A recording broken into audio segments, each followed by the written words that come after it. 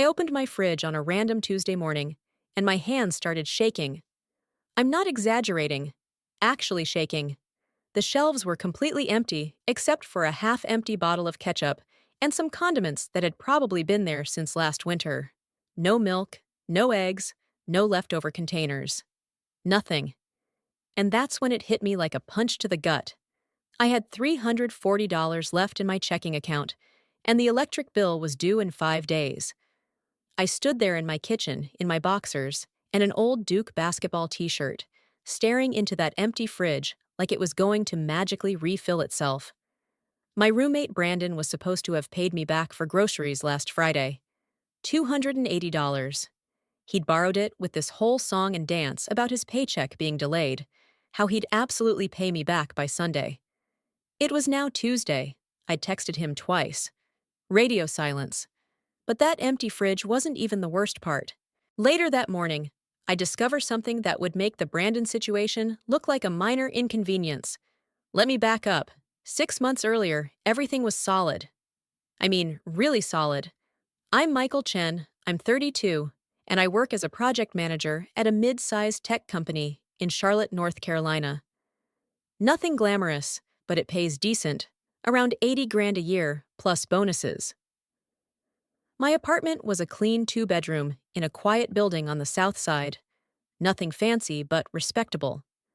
I'd furnished it myself over the years. A decent couch from West Elm, a bed frame that didn't squeak too much, and a 40-inch TV that I'd treated myself to after my last promotion. My credit score was solid at 742. I had about 14,000 in savings.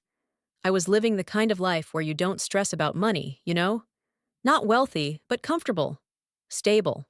I'd been single for about 2 years after my last serious relationship ended. Nothing traumatic, just grew apart, wanted different things. Since then, I'd focused on work, hitting the gym 4 times a week, hanging out with friends, the standard guy in his 30s routine. My mom, Linda, lived about 40 minutes away in a nicer neighborhood with my stepdad, Paul. They had a good marriage. Retirement was looking okay for them. My younger sister, Ashley, lived in Seattle with her husband and 2 kids. We talked maybe once a month on FaceTime. The Brandon situation started about 3 months ago, when I mentioned to my coworker, Jeff, that my apartment felt too quiet, and I was tired of living alone. Jeff immediately said his buddy Brandon needed a roommate. He'd just moved to Charlotte for a job at an insurance company and was looking for something furnished that he could move into immediately. We met up for beer. Brandon seemed normal enough. Solid guy, good job, polite. Talked about his family back in Virginia. He said he could do rent plus utilities split down the middle, move in within 2 weeks. I wasn't thrilled about the idea at first, honestly. Privacy is something I valued. But the rent split would take my monthly burden from $1,200 to $600, which would actually let me increase my retirement contributions. I'd been trying to boost my 401k more aggressively, so I said yes. Brandon moved in on a Friday in late September. He was clean, quiet, didn't throw parties or have sketchy friends coming over. We established simple ground rules: clean up after yourself, no guests staying over without a heads up, split groceries and utilities 50-50.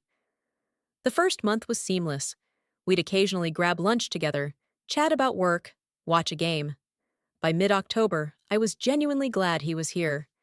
It felt like having a functional adult to talk to, instead of just existing alone. That's when the small things started. "Hey man, can I borrow $40 for gas? My paycheck hits tomorrow," he said one Thursday evening while we were making dinner. "Sure, no problem," I said, and handed him 2 20s. He paid me back the next day. All good. Then it was $80 for a work lunch event he'd forgotten about. Then $130 for his car's registration that was due sooner than he'd anticipated. Each time, he'd ask. I'd say yes. He'd pay me back within a day or two. I wasn't tracking it obsessively. He always came through, and the amounts weren't huge. By early November, though, the pattern shifted. The borrowed money started adding up faster than it was being repaid. He'd ask for $200 on a Tuesday and say he'd pay it back Thursday, but Thursday would come and go with an excuse about a delayed transfer or a work issue. Then he'd ask for another 150 the following Monday.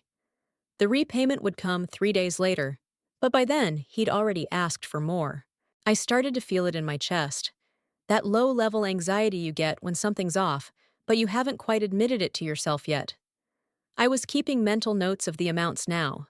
280 here, 160 there, and the excuses were always reasonable. Always had a logical explanation. My company's using a new payroll system.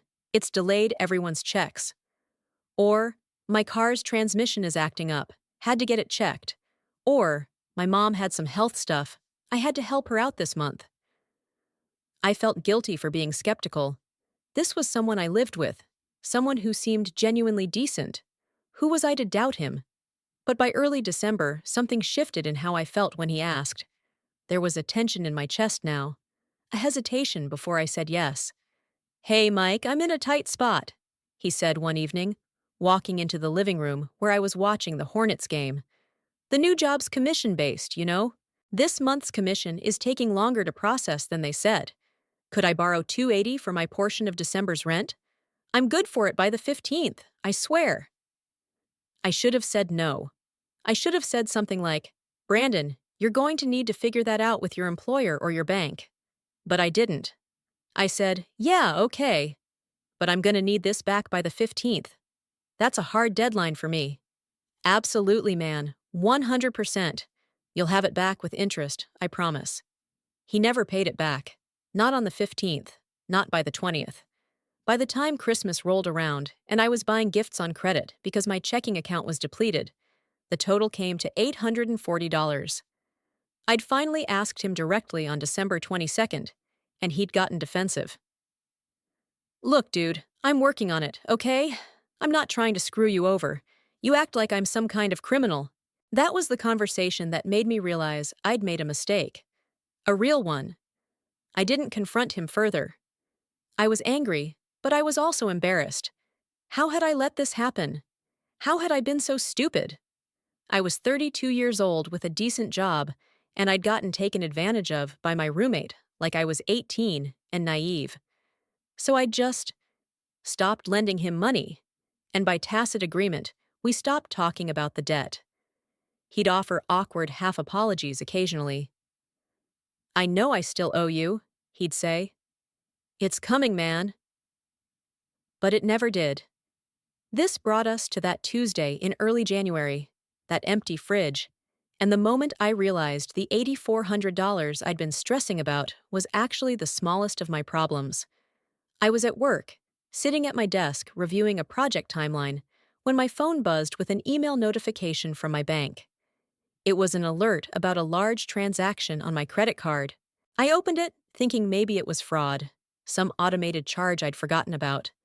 Instead, I saw a pending charge of $7,200 to something called Advanced Wellness Spa and Resort, in the name of Brandon Mitchell.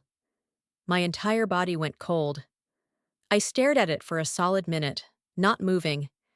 Then I checked my credit card statement online. There were 6 charges from various places over the past month: restaurants, an Apple store, a car rental company, an airline, all totaling just over $15,000. All from December. All made while Brandon was living in my apartment. My credit card, the one I'd asked him to borrow once in October, because he needed to book a hotel for a work trip, and his card was maxed out. I'd told him to pay me back immediately. He'd said he would. But he hadn't given the card back. He'd kept it. And he'd spent $15,200 on my credit card over the course of a month while I was at work. None the wiser. I stood up from my desk so fast, my chair rolled backward and hit the wall. My manager, Derek, looked over from his cubicle. "You good, Mike?" "Yeah," I said, my voice coming out weird and tight. I need to make a call." I walked outside into the January cold, my hands actually shaking now, not metaphorically, physically trembling, and I called Brandon. He didn't answer. I called again, straight to voicemail. I texted him, "Call me immediately, it's urgent." No response for 3 hours. By that point, I'd gone home on the pretext of feeling sick, which was technically true. My stomach felt like it had turned inside out. The apartment was empty. Brandon's bedroom door was closed. I opened it. His closet was half empty. The dresser had maybe 3 shirts in it. I checked the living room. His laptop was gone. His jacket that was usually on the back of the couch was gone. I sat down on my couch, and I realized with absolute clarity that Brandon had known I'd discovered the credit card fraud, and he'd left. My phone buzzed. A text from an unknown number. "Don't try to contact me. You'll regret it." That's when I knew I needed to call my mom, because I was completely, utterly screwed, and I had no idea what to do. I sat on my couch for what felt like hours, though it was probably only 20 minutes, staring at my phone like it might spontaneously combust. The text from the unknown number was still there. "Don't try to contact me. You'll regret it." My hands were still shaking. Not metaphorically, actually shaking. I called my mom. She picked up on the second ring, which was unusual because it was a Tuesday afternoon, and she was usually at book club or yoga or whatever it was she'd filled her retirement with. "Hey, honey, what's up?" Her voice was bright, casual, normal. I couldn't get words out for a moment, just breathing. "Michael, are you okay?" "Mom, I—" My voice cracked. Actually cracked like I was 16 years old again. "I need help. I'm in some real trouble." Something shifted in her tone immediately. "What kind of trouble? Are you hurt?" "No, I'm not hurt. It's money. It's my roommate. I stopped. Started again. "Can you come over? I don't want to explain this over the phone." 20 minutes later, my mom was walking through my apartment door, and I've never been more grateful to see another human being in my entire life. She was wearing her winter coat and those white Reeboks she'd been wearing since 2015. Her gray-streaked blonde hair was in a ponytail. She looked at my face and immediately crossed the room and pulled me into a hug, which broke something in me because I was 32 years old and I shouldn't need my mother. But God, I did. "Sit down," she said, steering me to the couch. "Tell me everything." So I did. I showed her the credit card statement on my phone, the $7,000 wellness spa charge, the Apple Store, the rental car, the flights, all of it. $15,200 in total fraud. Her face went very still. She didn't gasp or cry out or anything dramatic. She just got very quiet and still, which somehow was worse. "And the $840 he borrowed?" she asked. "Yeah, that's separate. Gone." "So we're looking at roughly $16,000 total." I nodded miserably. My mom stood up and walked to my kitchen, the kitchen with the empty fridge, and opened it, confirming what I'd told her about my financial situation. Then she came back and sat down next to me, and she took my hand like I was a small child who'd had a nightmare. "Okay," she said, "here's what we're going to do. First, you're going to call the credit card company right now and report fraud. All of it. You're going to dispute every single charge from December. Then you're going to file a police report. Brandon committed credit card fraud and theft. That's not a civil matter, Michael. That's a crime." "But he's gone. I don't even know where he is." "Then you file the report. You give them his information, and you let the police handle it. What you don't do is sit here and feel like this is your fault, because it isn't." I wanted to argue with her.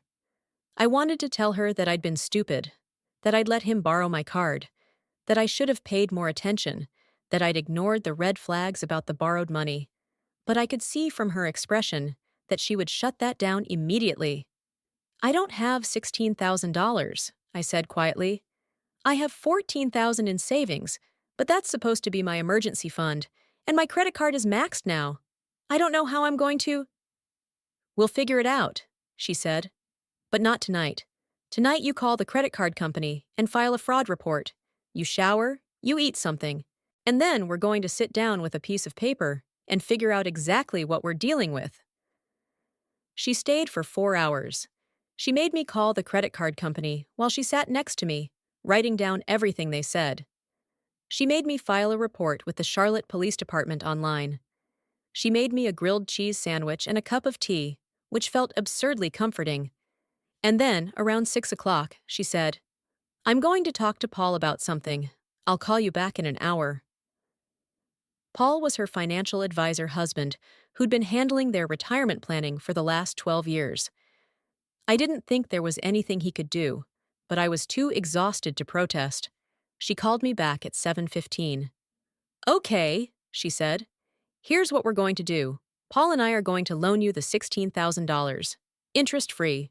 You're going to pay us back at whatever rate you can manage, but we're thinking maybe $500 a month, which is manageable on your salary, even with the credit card payments. I couldn't speak. Michael, did you hear me? Mom, I can't ask you to do that. That's your retirement money. It is not our retirement money, she said firmly. It's money in savings that we don't need for retirement. There's a difference. And you're not asking. I'm offering. And I'm going to keep offering until you accept it, so you might as well accept it now. I started crying then. Actually crying, which I hadn't done since my breakup 2 years ago. Not soft tears. Real, shaking, gasping for breath crying. My mom talked me through it like she'd done when I was a kid, and had scraped my knee badly, just steady and calm. This is going to be okay, she said. Not today, not this week, but this is going to be okay. We're going to make sure of that. But here's the thing about my mom. And I didn't realize this until later, when everything started to unfold. She wasn't just offering help out of pure generosity. She was pissed, like genuinely furious in a way I'd rarely seen her be. Over the next 3 days, while I was dealing with credit card companies and police reports, and the absolute humiliation of admitting to my boss that I needed to take a personal day, my mom was doing something else entirely. She called me Thursday morning while I was at work, trying to act normal and competent, and like I wasn't falling apart internally. I'm coming back over tonight, she said, and I'm bringing my laptop. We're going to talk about Brandon Mitchell, and we're going to figure out exactly who this person is. What do you mean? I know who he is. He's a fraud. You know the version of him that he showed you, my mom said. I want to know the real version. The one that's out there before he met you, and the one that's going to be after you're done with him. Something in her voice made me understand that my mother had shifted into a mode I'd never seen before. This wasn't concerned mom energy. This was something sharper, something focused. Mom, what are you going to do? I'm going to do what I do best, she said. I'm going to ask questions and find answers. See you at 7. When she arrived that evening with her laptop and a notebook and what looked like 3 different colors of pens, I realized that Linda Chen, my 60-year-old mother, who spent most of her time at book club and yoga and having lunch with friends, was about to become a problem for Brandon Mitchell. And honestly, I was looking forward to seeing what happened next. My mom sat at my kitchen table with her laptop open, 3 different colored pens arranged precisely in front of her notebook, and a look of absolute determination on her face that I'd never seen before. She'd been doing this for 2 hours now, typing, writing, cross-referencing something on her phone, while I sat across from her nursing cold coffee and feeling like I was watching my mother transform into a completely different person. Okay, she said finally, looking up at me over her reading glasses. I found him. Found who? Brandon? Brandon Mitchell, age 28, from Roanoke, Virginia. Except that's not quite the whole story. She turned her laptop toward me, showing a Facebook profile picture of a man who looked almost identical to the Brandon I knew, except the photo was from 2015. This is Brandon Michaels, not Mitchell, Michaels. He changed his last name. My stomach dropped. What? There's a civil lawsuit filed in Virginia in 2018. Michaels versus a woman named Patricia Holloway. She sued him for fraud related to a rental agreement. He disappeared before the case was settled. She flipped to another tab. Then, in 2019, there's a Brandon Mitchell working at an insurance company in Greensboro. Different state, different last name, different city. Then 2020, he's gone again. Then 2021, he appears in Raleigh. How did you find all this? LinkedIn, Facebook, court records, rental databases. Your mom didn't retire to just sit around, Michael. I learned how to search for things. She adjusted her glasses. But here's the interesting part. I called that woman in Virginia, Patricia. Found her through the lawsuit documents. I couldn't speak. She said Brandon, or Michaels, or whatever his name is, had moved into her guest house for a month and convinced her to let him use her credit card for a business deposit. Sound familiar? Jesus Christ, I breathed. Exactly. She lost $4,000 before she caught him. But here's what happened next. She pressed charges, and he disappeared before the trial. There was a warrant issued for his arrest in Virginia. It was never served because he left the state. My mom closed her laptop and folded her hands on top of it. You're not his first victim, Michael. You're just his most recent. I felt something shift in my chest. It wasn't relief, exactly, but something close to it.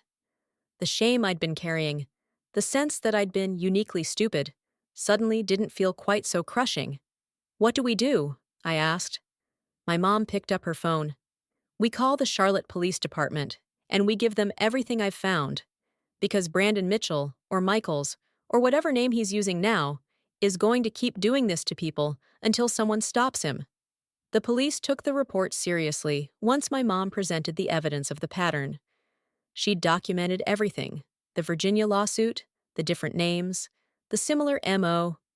Within a week, they'd cross-referenced my case with Patricia's and identified Brandon as a serial credit card fraudster with an active warrant in Virginia. They found him 2 weeks later, trying to fly out of Charlotte Douglas International Airport under yet another name. He was arrested at security, and the charges stacked up quickly: fraud, identity theft, interstate commerce violations, and a violation of the Virginia warrant. But the moment that actually made me feel something, real, tangible justice, came in the police station when the detective called me to say they'd recovered my credit card and found $3,000 in cash in Brandon's possession from other victims. I wouldn't get all of it back, but it meant the credit card company would cover more of the fraudulent charges. Your mother, the detective said before hanging up, is something else. She should consider a career in fraud investigation. My mom drove me to the courthouse for the hearing 3 months later. I wore a suit that suddenly felt too big. Brandon was led in wearing an orange jumpsuit, and for the first time, I saw him without the mask. No charming smile, no reasonable excuses. Just a man who'd been caught. The prosecutor presented the evidence. My case, Patricia's case, 2 other victims from different states who'd stepped forward after hearing about the arrest. The pattern was undeniable. Brandon's public defender tried to argue that the charges were exaggerated, that he'd been struggling with mental health issues, that he'd intended to pay everyone back. The judge didn't seem particularly moved. When it came time for victim impact statements, I stood up. My mom squeezed my hand as I walked to the front of the courtroom. I trusted you, I said, looking directly at Brandon. My voice was steady. I gave you a place to live. I lent you money when you asked, and you stole from me systematically and deliberately.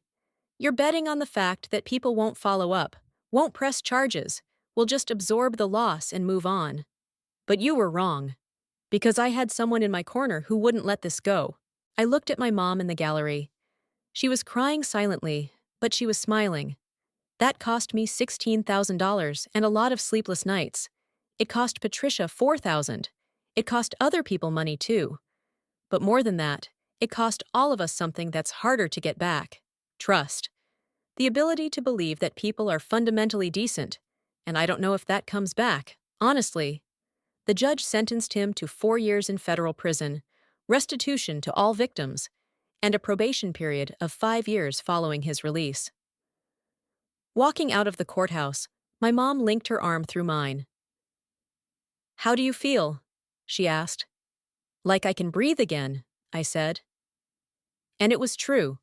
The credit card company ended up covering most of the fraudulent charges. I paid back my mom the remaining $8,000 over 18 months instead of the $500 a month she'd originally proposed. I changed my locks, got a new roommate through a referral service that did actual background checks, and started seeing a therapist to work through the trust issues that came from the whole experience. But the real change was my mom. She'd discovered something in herself during those investigation weeks: a talent for finding answers, for not accepting easy explanations, for being the person who actually does something instead of just offering sympathy. 6 months after Brandon's conviction, she started volunteering with a local nonprofit that helped fraud victims navigate the legal system. "This is what I'm supposed to be doing," she told me over lunch one Saturday. "I spent 30 years raising you and your sister and supporting your dad's career. And now, I get to spend my retirement making sure people like your roommate don't get to keep hurting people." I raised my glass. "To Linda Chen, fraud-fighting superhero." She laughed. "Don't be ridiculous. I'm just a mom who got angry." But that's the thing about my mother that I understood completely in that moment. Sometimes that's all you need to be. Not superhuman, not extraordinary. Just angry enough to do the work, stubborn enough to keep digging, and fierce enough to protect the people you love. Brandon Mitchell will get out of prison in 4 years. He'll have a felony record. He'll have to register as a financial offender. He'll never be able to work in financial services or positions of trust again. But none of that would have happened without my mom showing up at my apartment with a laptop and 3 colored pens, deciding that my pain was worth investigating. Sometimes the best revenge isn't dramatic or elaborate.